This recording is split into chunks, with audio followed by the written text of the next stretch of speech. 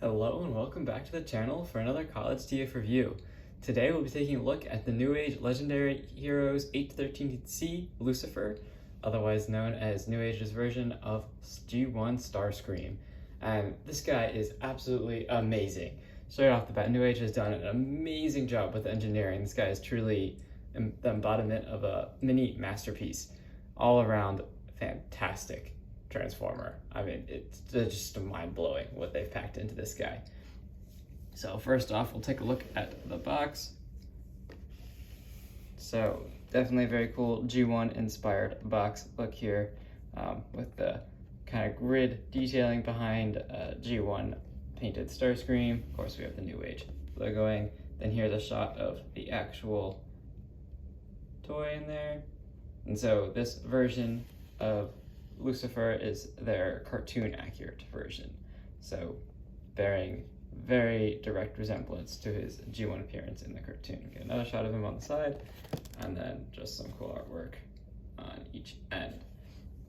And this box is loaded with stuff, because this guy comes with a boatload of accessories, which we'll take a look at throughout this video. One such accessory being this stand.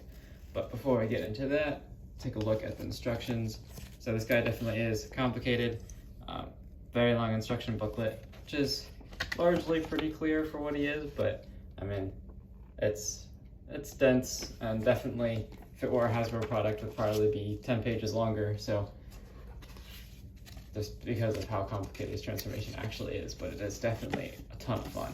And then we also get this booklet showing how if you collect all of the Seekers that Newage makes, you can actually combine these base plates with parts I'll show in a minute to actually form a space bridge. So that is super awesome, and definitely something I hope to do at some point. And then they also, one of the other Seekers does come with Starscream's coronation gear.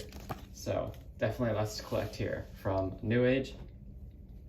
So starting off, let's take a look at some of these accessories before we delve into the figure. The biggest one, of course, being the stand. So this is definitely a really neat accessory.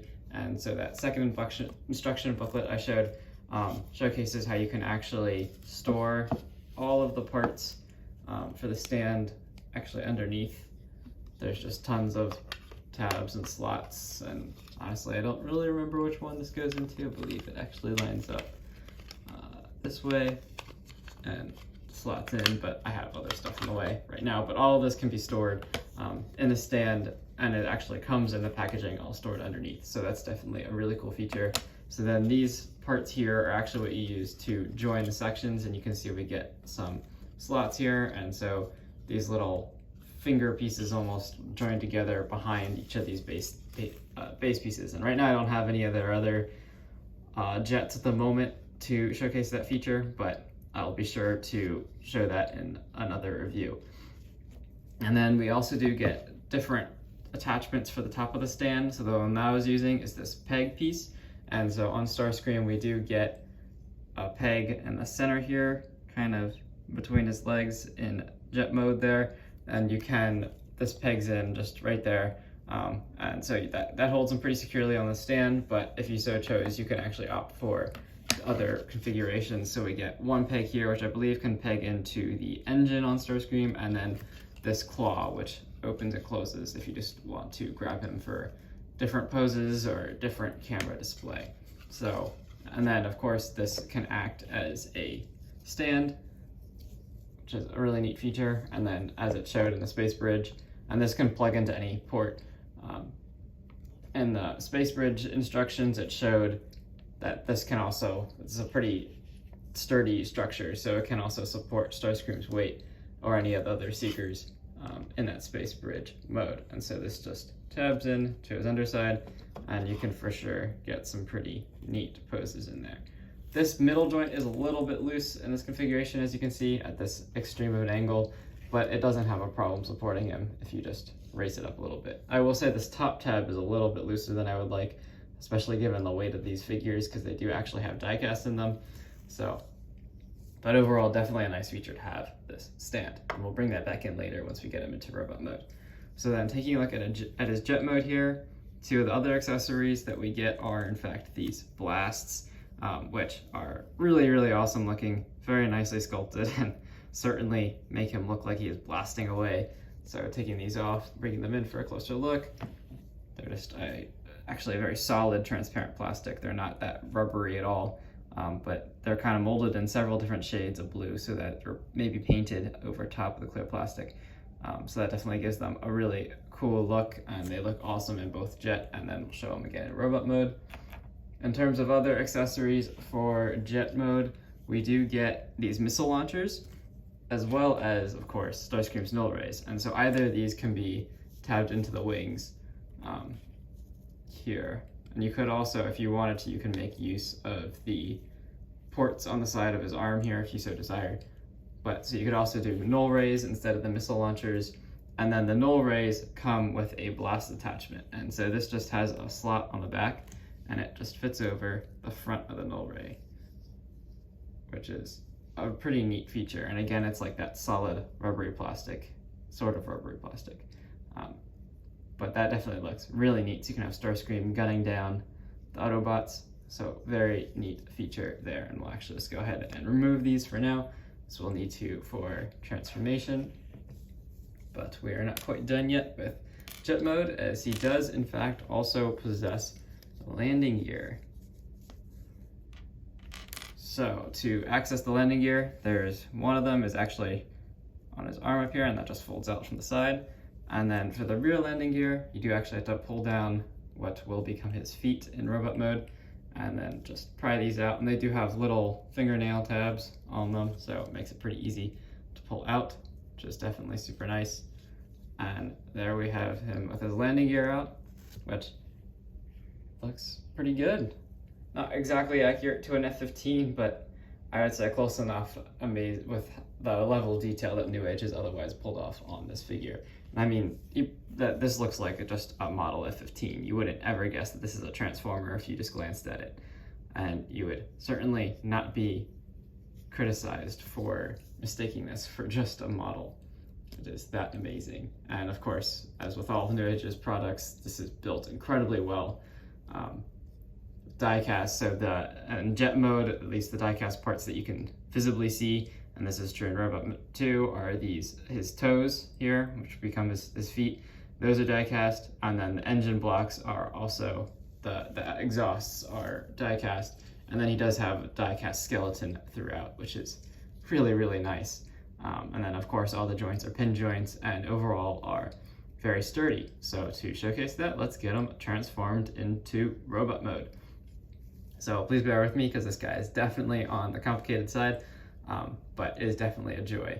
So first, you want to start by untabbing the wings on each side, and then also untabbing these pieces from the legs.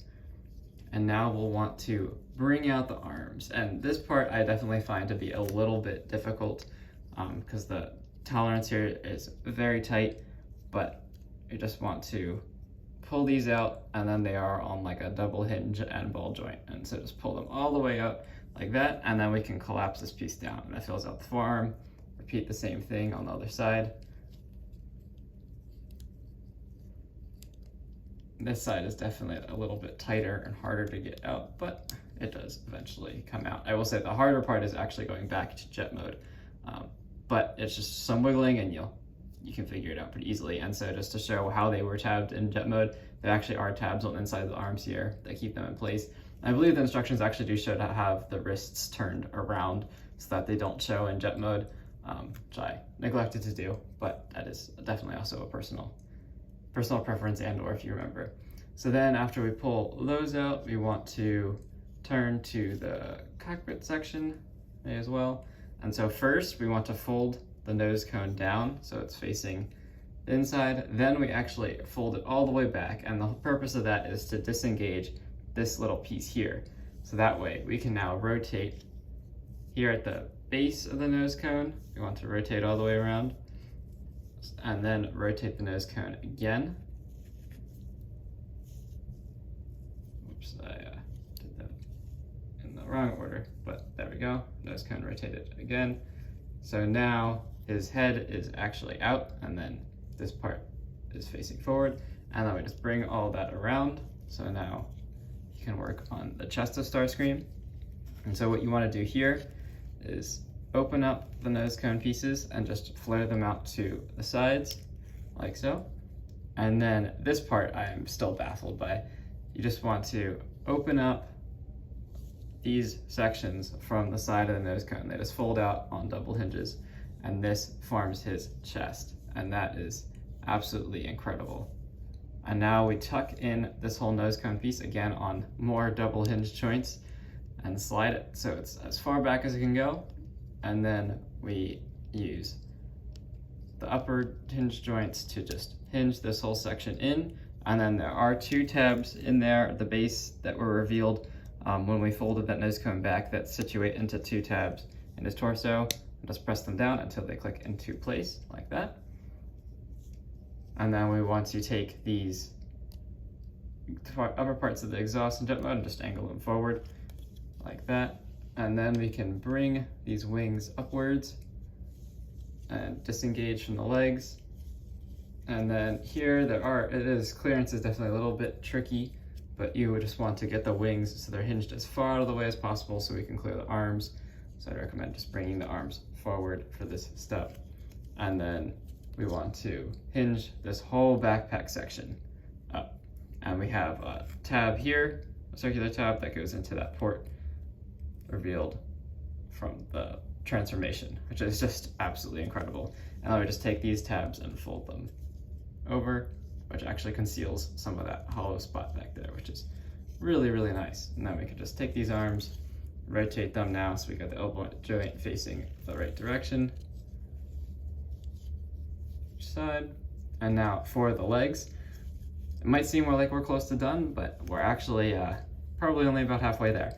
So for the legs, you want to fold up these fins back here and pull out the feet, of course, toes, nice stiff joints because they're die cast, and separate the legs. Then we want to fold up the horizontal stabilizers like that. And then before we fold the tails, we actually want to open up these side pieces like that from the back of his leg. And so just want to repeat this on each side.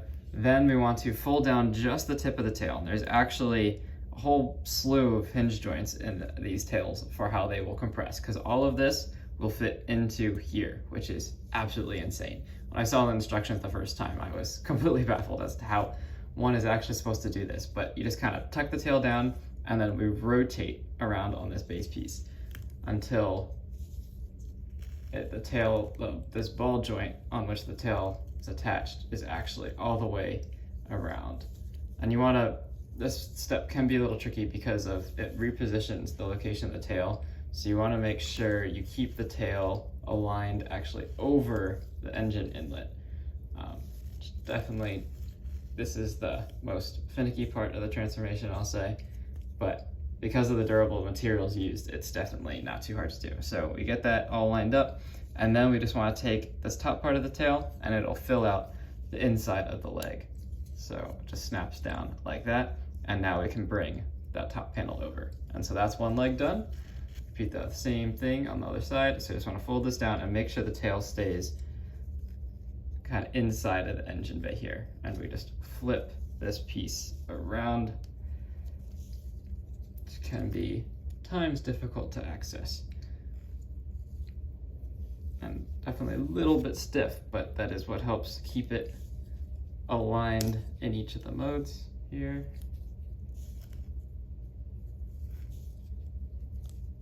Almost there.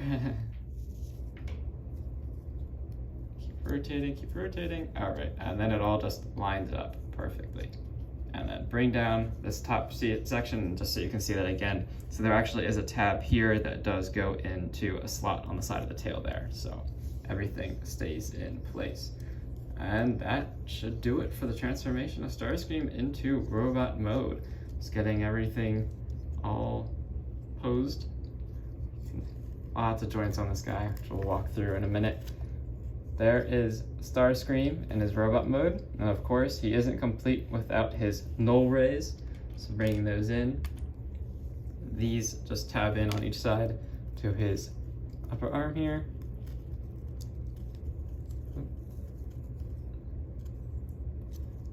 Each side. He does have a ton of joints in his arms, so we'll look at that in a minute. Let's get these tapped in, like so. And there we have Newage Lucifer, all transformed into his amazing looking G1 Starscream alt mode. And I think this is just perfect, straight out of the cartoon. Be hard pressed to tell the difference.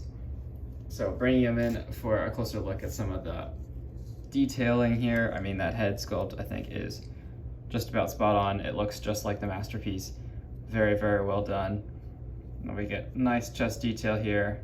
All the G1 deco. He does come in other paint schemes as well. So some of them do actually have more paint in areas depending on the different schemes.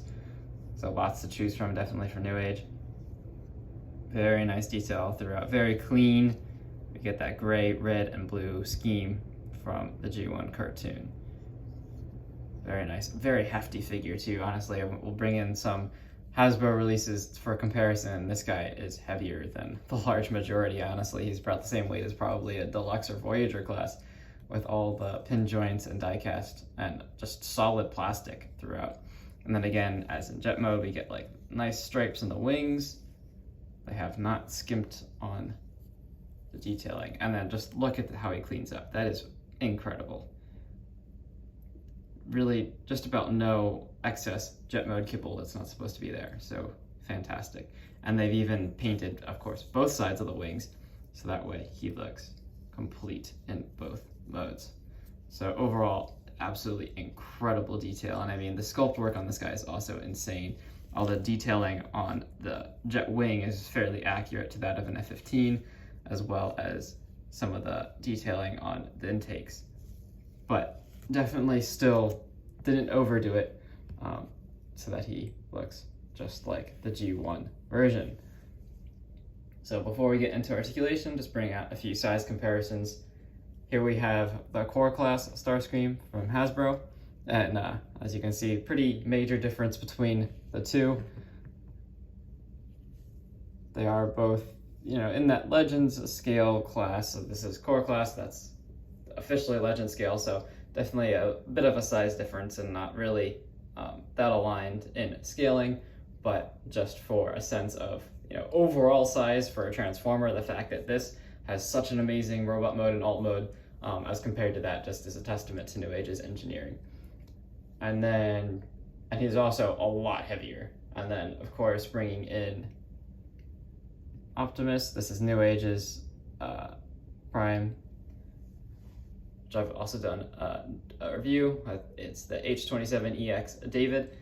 Just definitely check that out. And I think these guys scale really nicely with one another, and just they look insane.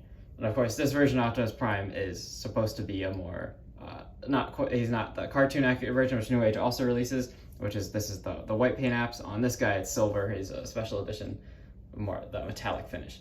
But I think they look fantastic with one another. Now on to articulation, which will definitely be another lengthy part of the segment. So for the head, it is on a ball joint, so it can look up to a very, very great degree, and then can't quite look down due to just the way his face is sculpted, and then full 360 rotation on each side. Then the arms, we have every joint you could possibly want. We get full rotation, full 360 degrees, and you can maneuver past these wings depending on how you orient them. And then also thanks to the joint at the elbow, we can maneuver around the wings, so he can get full 360 degree rotation there, and then of course full 90 at the shoulder. And then the null ray, of course, does move to your desire. We get 90 at the elbow, and then of course we actually do get a wrist rotation on him too, which is insane, given that his hands are actually smaller than that of the core class Starscream. So pretty insane there for arm articulation. Then turning to waist, he actually does have a waist swivel, which I'm still amazed that they managed to incorporate this into the robot, because just looking at him, it doesn't look like he could possibly have a waist swivel, but this part is actually not part of the cockpit. This is a faux piece just for the waist. And so it does give him that full integrated look, which is insane. And I'm still kind of confused as to how, when this section tabs in, it's actually tabbing into a section that rotates and not into this waist piece. It's just absolutely insane. And then we also do get an ab crunch, which is like, that's pretty crazy. It's kind of technically like a waist section ab crunch, but it does the job for sure. And then these flaps can move out of the way to accommodate the legs full range of motion. So just past 90 there on the front swing, and then you can do all the way back as well, and then all the way out to the side too. So very great degree of range from a figure from which you would expect that. Starscream is definitely an agile Decepticon. Then we do get an upper thigh waist swivel here, upper thigh swivel on a mushroom peg, and then the knees can kick back to 90, and then we do get ankle rock at the feet. And again, these are die cast, so it definitely gives the figure solid weight, so you can get them into really dynamic poses with ease, which is pretty incredible. And then of course these wings can be angled to your preference. So very neat figure for sure. Now for a look, oh, and then another area of articulation that you could use, this is more to do transformation. There is also this rock joint here, which could be useful if you're trying to get him to hold something close to him, whatever, but definitely also a neat joint there, and you could exploit it as a double joint on the inside, a double hinge joint on the elbow essentially, so you can get him touching his face if you want. So that is definitely a pretty neat feature. Taking a look at some of Starscream's other accessories for robot mode. So of course, if you wanted to, you could attach the missile launchers on his arms instead of the null rays. That's a personal preference. Then we do also get an additional face sculpt. This one has more of a smirk on it, opposed to more of just the straight smile that he has when out of the box. So definitely neat. And his head's just on a ball joint, so that you just pop the current one off and put this one on if you so desire. And then of course we get all sorts of different fingers. So we get right and left pointing, which is very neat, very well sculpted. And then we also get the hand splayed on the right and left side. So also very nicely done. And those just swap out on pegs. Just unpeg the current hands and put them in, and you still retain, of course, that wrist swivel. And then, of course, we can attach some blast effects to the null rays, which we'll do in just a second. And we can attach these blast effects to his thrusters on his feet when he's on his stand. And then we do also get a Megatron, which is super neat accessory to include. So that just pegs. You do need to use, of course, the fists for those, but if you wanted Starscream to be using Megatron to shoot down the Autobots, you certainly could. Megatron just taps right into his hand, that. And then these blast effects don't actually fit on Megatron, unfortunately, but you definitely can get Starscream holding Megatron. Pretty neat shot there for sure. So those are the basics of his accessories in robot mode. Now to incorporate them into the stand, you can of course peg on these thrusters, the thruster blast effects, to his feet, and then take the null ray blasts and just attach them over top. And then, depending on what stand base you want to use, he does have a peg on the back here, and then that's the only one usable in robot mode, and so you can just take the stand and just peg it in to his back here, and then just want to straighten that out, and I'll rotate everything around so you can get a look at him. On the stand, gunning down the Autobots. There you go. So definitely really awesome accessories. Starscream can look truly like he is the leader of the Seekers. Definitely super duper awesome. It's an incredible figure. Truly mini masterpiece. Highly recommend them. Definitely check them out. There's new releases. Newage does new paint schemes all the time, so lots to choose from, but highly recommend this figure. Definitely worth the money, and is a much more affordable option to those of you who masterpiece Transformers are a little bit out of range or space constraints, like me. So if you like this review, please like and subscribe to the channel. Check out some of my other Newage reviews, and there's of course more to come. Thank you for watching, and stay tuned for the next video.